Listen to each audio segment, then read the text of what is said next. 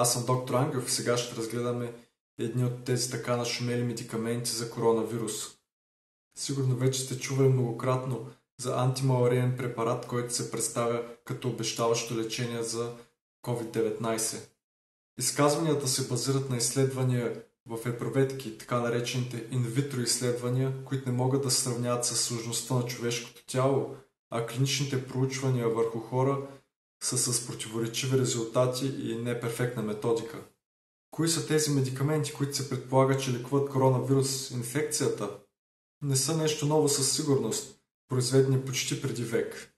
Това са хлороквин, често срещан с търговското име резохин, и неговото далеч по-малко токсично производно хидроксихлороквин, често намиран в търговската мрежа като плакенил.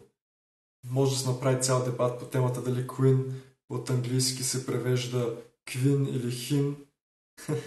Винаги нещата с превода са по-сложни. Във всички учебници се среща по различен начин написано. Общо взето, който както иска да се го нарича. Те се използват за лечение на малария, затова се водят антималарици, но имат и други важни и разнообразни приложения, като лечение на автоимунни заболявания. Бихте казали, не са ли много различни тези заболявания, но по-късно ще разгледаме някои от интересните механизми на действие и ще добием представа как вероятно оказват своя ефект. Но това не значи, че знаем как точно работят за COVID-19 или дали въобще работят. Но както винаги има много неща, които оставате първа да разгадаем. Медикаменти сравнително сходни по действие и структура, но имат различен профил на безопасност. Химично хидроксихлороквина има една допълнителна хидроксилна група ето тук. Затова във видеото ще ги използвам под един знаменател. Използването им при COVID-19 е все още хипотетично и подлежи на още изследвания, докато приложението им при автоимунните заболявания е напълно доказано. Едно от основните приложения на медикаментите като болест-модифициращо антиревматично лекарство или накратко БМАРАЛ за хора с системен лупус еритематозус, ревматоиден артрит или други заболявания. Това означава, че медикамента променя хода на заболяването и намаля болестната активност. Освен имуномодулаторни свойства, медикаментите притежават и антидиабетни качества, сваляне на кръвна захар и подобряване на инсулинова чувствителност, сваляне на холестерол и леки антикоагулантни свойства, или както обичат да казват хората, разреждане на кръвта. Допреди пандемията пациентите набавяха жизненно важния медикамент от чужбина поради липсата му в България. Хидроксихлороквин никога не е бил регистриран, а хлороквин има производствени проблеми и го няма от години. И без това хора, които го приемат редовно, е препоръчително да приемат хидроксихлороквин поради по-малкия шанс от усложнения. Затова пациентите се го набавят кой както може от чужбина. За да добием представа как работят препаратите, нека разгледаме някои от интересните механизми на действие. Медикаментът е слаба основа, която повишава алкалността в клетката. Това предотвратява окисляването и активирането на специални белтъчни комплекси, плуващи в клетката, които способстват гъването на клетъчната мембрана и образуването на мехурчета, или по по-научния термин везикули, с които навлизат частици в клетките, процес наречен ендоцитоза. Тоест, възпрепятства се ефективния трафик на частици в клетките. Тук виждаме схема на предполагаемия ефект. Медикаментът блокира необходимите продукти за осъществяване на везикулите и навлизането на частици в клетката.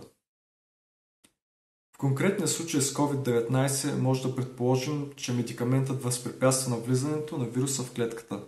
Да преминем към друг механизъм. Един от ключовите играчи на вродената имунна система са последователност познаващи рецептори или PPR. Това са протеини, които се намират по повърхността на клетките и вътреклетъчно. Те разпознават и се свързват с чужди или опасни най-разнообразни молекули, като вируси, белтъци, бактериални частици, РНК, ДНК, наречени под общ знаменател патоген асоциирани молекулярни последователности, или по-просто PAMPs. Накратко, рецепторите PPR се свързват с молекулите PAMP. Свързват се по механизма ключалка, който сте чували много пъти. След като рецепторите на клетката засекат тези опасни чужди частици или някой път погрешно собствени, както при автоимунните заболявания, се инициира дълга каскада от реакции, които са извън обхвата на това видео. Какво става от всички тези реакции? В крайна сметка се създават възпалителни сигнални молекули, като интерферон, тумор-некротичен фактор и интерлевкини. Тези молекули въоръжават тялото да се пребори с конкретния агресор. Медикаментите блокират определени PPR рецептори и предотвратяват възпалителната каскада.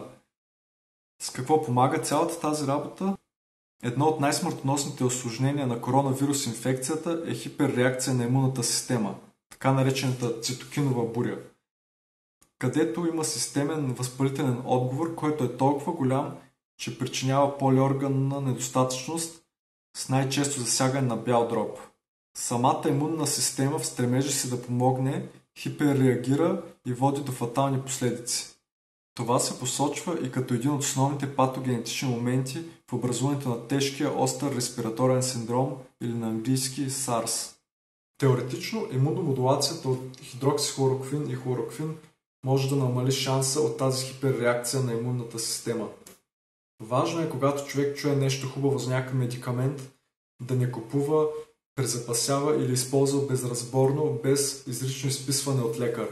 Вече има фатални случаи от такива своеволия на хора, които са приемали най-разнообразни субстанции, които просто съдържат думата хинин в името. Трябва да има строг контрол на разпространението на медикаментите, защото хората, които имат най-голяма нужда, може да останат без. Спиране на лечението на хора с автоимунни заболявания може да доведе до обострения, които могат да имат пагубни последствия като трайна увреда на органи. Поне се надявам, че след пандемията ще има по-лесен достъп на медикаментите за пациенти с автоимунни заболявания, но ще бъде значително по-добре, ако това е хидроксихлорохин, защото има по-малък шанс от странични ефекти, като натрупване на пигмент в ретината и трайна загуба на зрението. Голям успех ще е за пациентите, ако след цялата тази работа хидроксихлороквин бъде регистриран, регулярно дистрибутиран и да добавя на нормална конкурентна цена в аптечната мрежа на България, за да не трябва отново да си го купуват кой откъдето може, Гърция, Турция и така нататък. Трябва да отбележа, че има и родни аптеки, които сами го произвеждат.